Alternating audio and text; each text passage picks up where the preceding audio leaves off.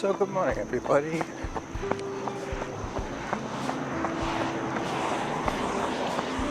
Carlos here, just letting the handy dart go by me with Mama G off to her medical appointment, no doubt. Yeah, they have a pretty good service here for seniors. I better take a few more breaks at the beginning here. My heart is racing. Morning. Yeah, while I get my heart rate under control, I will cease talking and I will run a little introduction that I got from the internet when I entered Irvine Trail and Mount Douglas Park. So you'll be hearing that next. Not that big cement truck up ahead.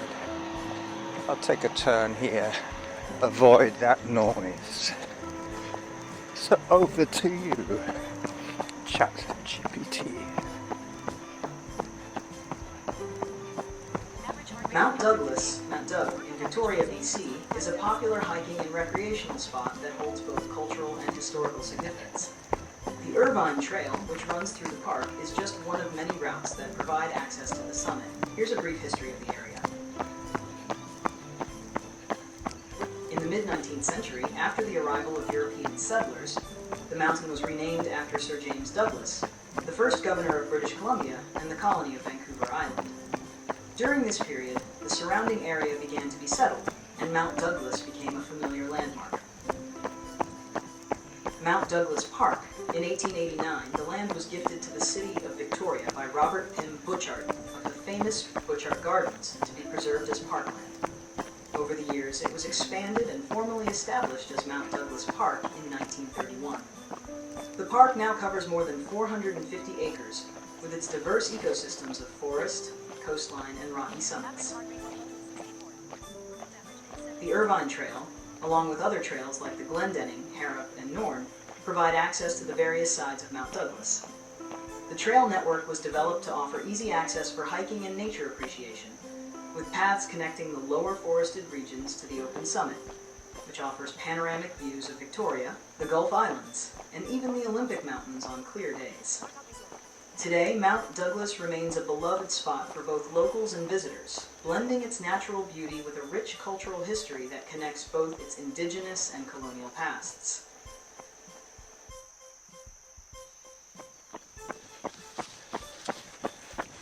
Well, that was interesting. I'm on Hawthorne now. Hawthorne is the way to get to Robinwood, and Robinwood is where the trail system starts, at the weir. This run is going to be called Irvine up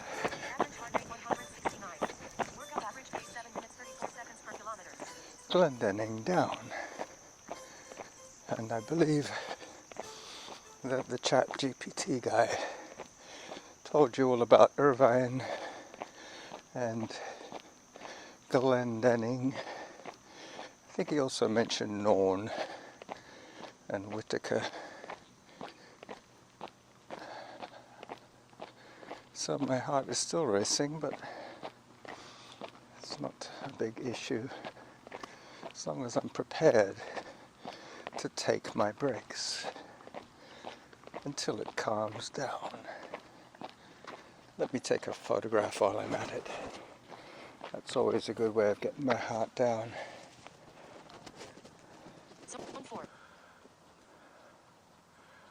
Yep. You'll see from the blog that it is an overcast day today. It feels like it's going to rain, but they claim no. We'll see.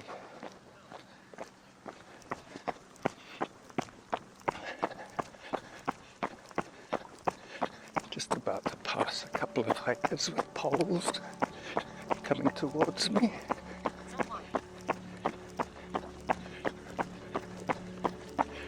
Good morning. They always smile at me. Zone 2, that's better.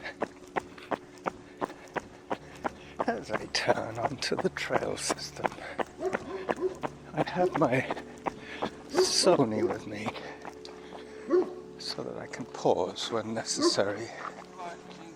Hello, girls. Hey. Hi there.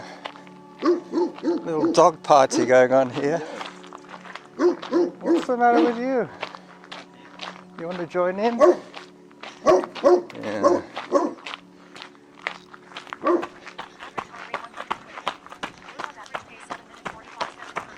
So I'm on gravel now.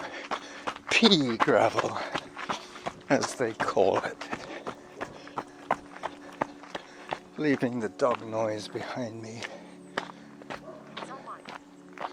I will pause the recording until a little bit later. Let me get to the weir first. See what's going on. See if there's any noises of rushing water.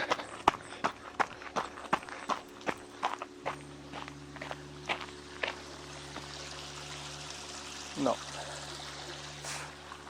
Just a trickle today.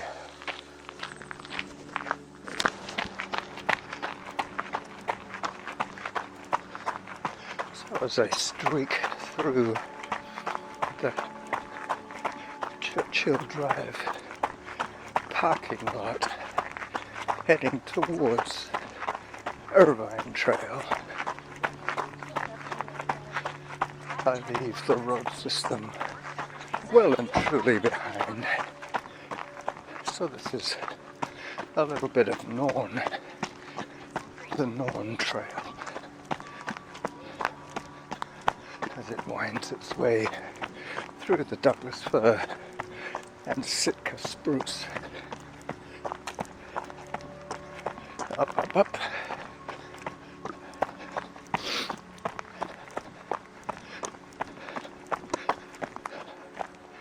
As I take another semi-official walk break.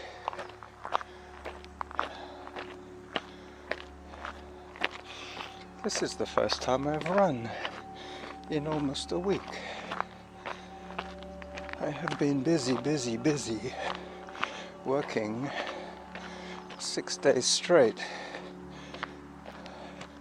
The last 6 days have been very busy at the catering establishment. My job sharer has been on vacation, so I've had to do all his shifts as well as my own. The only breaks I've had have been when Chi, the Japanese girl, has come in at noon to give me a break for the afternoon. Let me take another photograph. While I'm at it, I'll pause.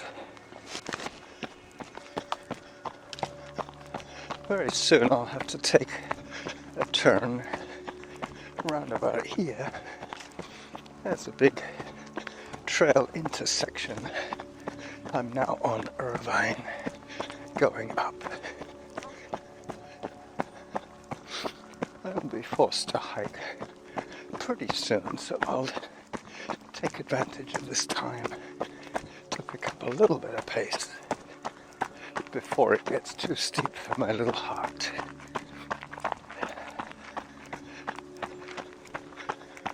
I was listening to a very interesting podcast yesterday about a Canadian female climber who went to the Paris Olympics.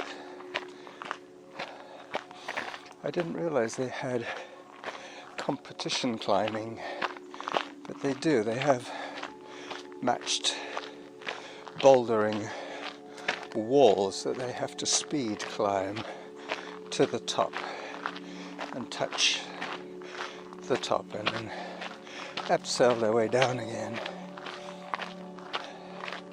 It reminded me a little bit of what the firefighters have to do in competition. But she was talking about growing up in Vancouver when the Winter Olympics were on. As a child, as a teenager, she was given a week off school.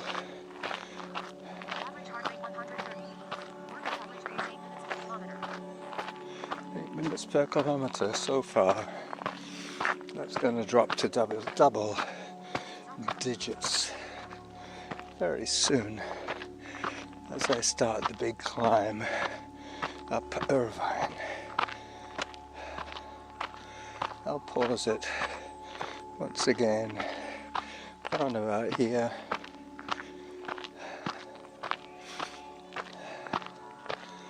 I'm probably in zone 3 by now.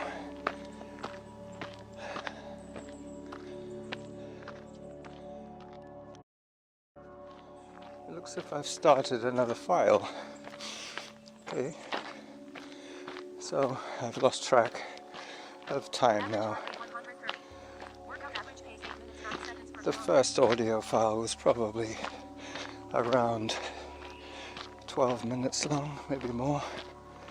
This one has started once again from 0 seconds. I'll just have to play it by ear as I cross Churchill Drive for the second time today. I crossed it at the bottom to get onto Norn, and then I'm crossing it again where Irvine crosses to go back up. I was listening to that podcast I was telling you about the climber of Canadian Chinese heritage. She was suffering from alopecia, hair falling out.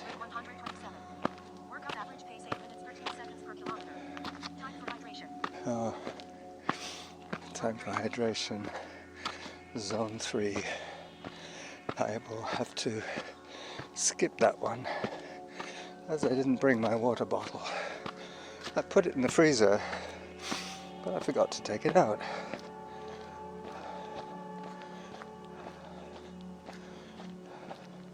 She was talking about this alopecia business, how her hair was falling out in fistfuls, and she was only in her late 20s. I think it's something to do with high performance athletes, because obviously if you're a climber you really don't want too much excess weight.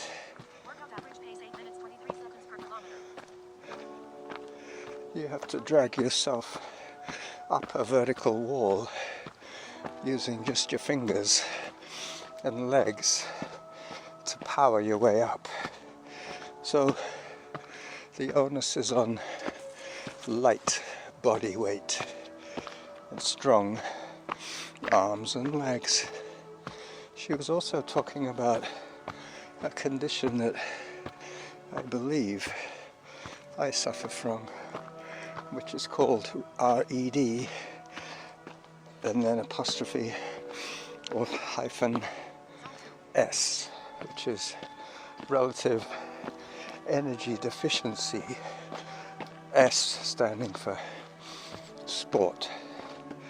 And she was saying that it means when you're burning more calories than you're consuming, that you are in fact consuming not only body fat, which is a desirable effect, but you're also metabolizing or cannibalizing your own muscle for energy, which is not the desired effect. So there you go. I really need to keep a handle on my nutrition and make sure that I eat more fat and more protein and less carbs. I'm not really interested in fast fuel. I want slow burn fuel that I can fuel by fat burning. So I missed Samantha's announcement. See, normally I would have my earbuds in and I would be relaying Samantha's messages when necessary to you. Now when I hear her start, I have to stop talking.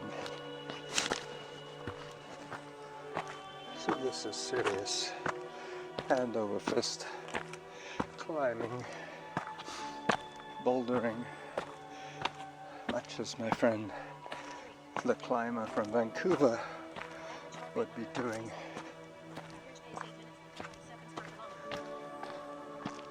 But they originally had climbing as a demonstration sport at one of the Olympics, and the climbing committee had the choice of featuring one of the 3 disciplines of climbing. One is bouldering, the other one is speed climbing, and the other one is with ropes, that kind of climbing.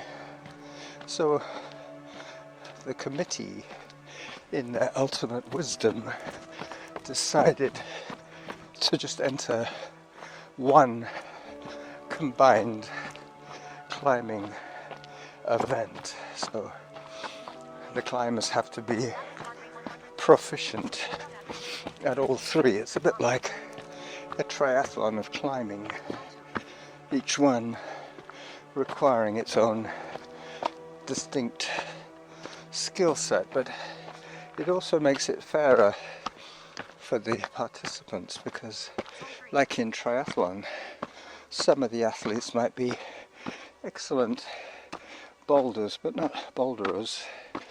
not as good at the free climb or the speed wall.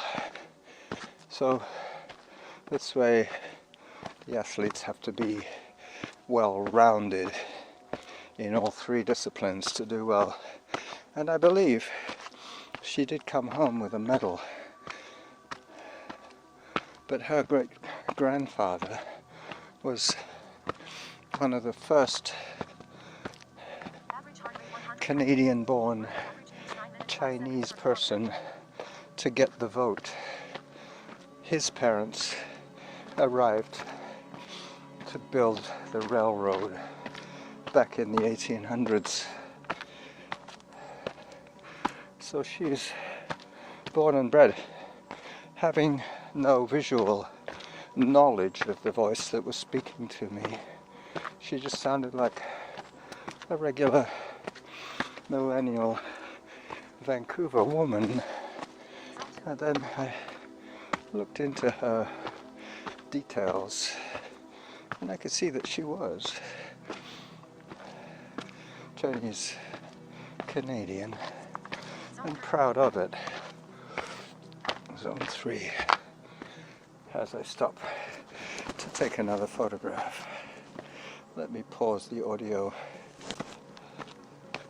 Getting back to the Reds syndrome, I think my ultramarathon training put me somewhat behind the 8 ball, because I'm trained to burn fat for fuel, and eventually you end up with no more fat, and that's when you notice that you have to help yourself up the stairs by pulling on the handrail, that kind of thing. I know old people tend to do that, but come on, I mean, I'm a runner. Surely I can go upstairs without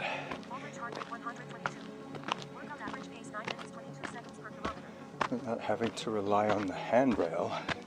Come on, let's get serious.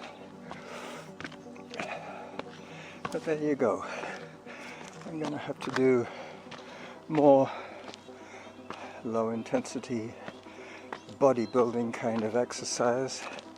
When the rainy season starts, I'm going to have to go to the weight room and try and build a little bit of muscle mass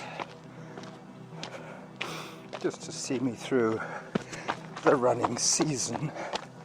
Not that I won't be running every week throughout the year, but you know what I mean. In the summer you tend to do more running and less indoor exercise. The other thing that has affected my calorie burn is riding my regular bike instead of my e-bike to go to work, because I figured, the mind of an athlete, if I'm going to have to work 6 days of the week, I'm going to have to go in, and if I am not running when I finish work, I might as well get my calorie burn to and from work. And it's almost exactly 100 calories more by going in on the bike than on the e-bike.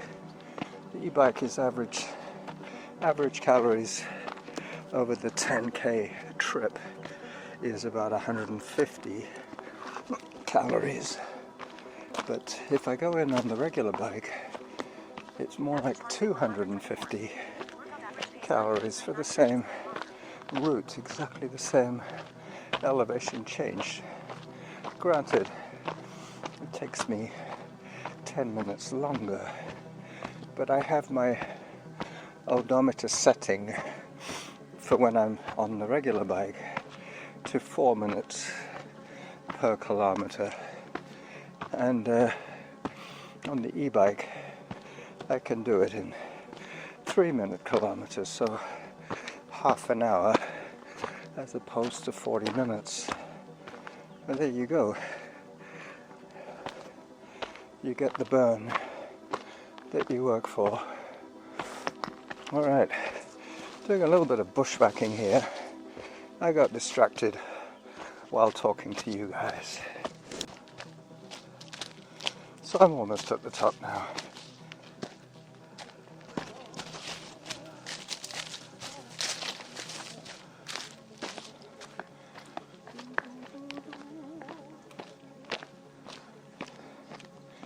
There's a Chinaman singing a lament. Actually, I think he was humming. He was la-la-la-ing. But he did have a Victoria Symphony t-shirt on. So he is probably a musician. Still under 10-minute pace as I approach the summit of Mount Douglas Peak, which means the Bald Mountain. And I believe that is from way back post-glacier days, when this whole area was covered by an ice sheet. As it retreated, it left average heart rate 125. Workout average pace 9 minutes 55 seconds per kilometer. It left boulders in places where boulders could not naturally occur unless they'd been carried on an ice sheet. So this is now paved with steps going to the top, to the lookout. I will take a few moments at the top to take some photographs for the Relive video, and I will call that my trailer, because not only didn't I bring my earbuds, but I didn't bring either or any of my point and shoot cameras. So I've reached the summit, and it is just about calm enough for me to take a little average heart rate 131. Workout average pace 10 minutes 4 seconds per kilometer. a little video walk around for my trailer for today. The wind noise shouldn't be too bad. I do have my windsock on my Sony. I'm just going to switch the view. Zone 2.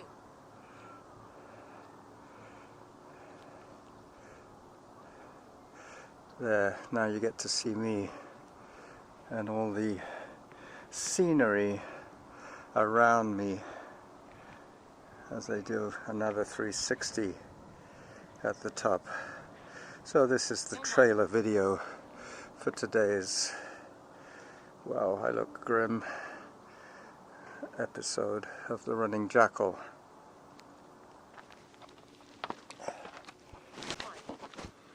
Alright, I'm heading down now.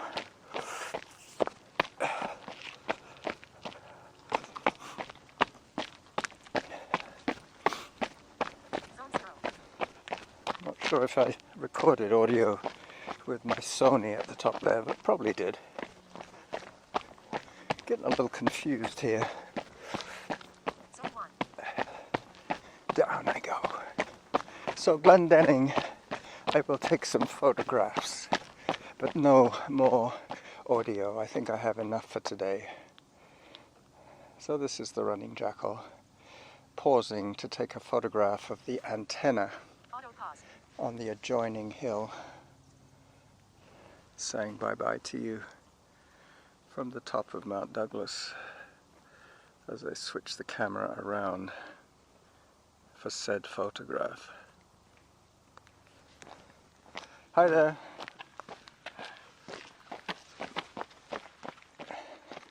And down I go.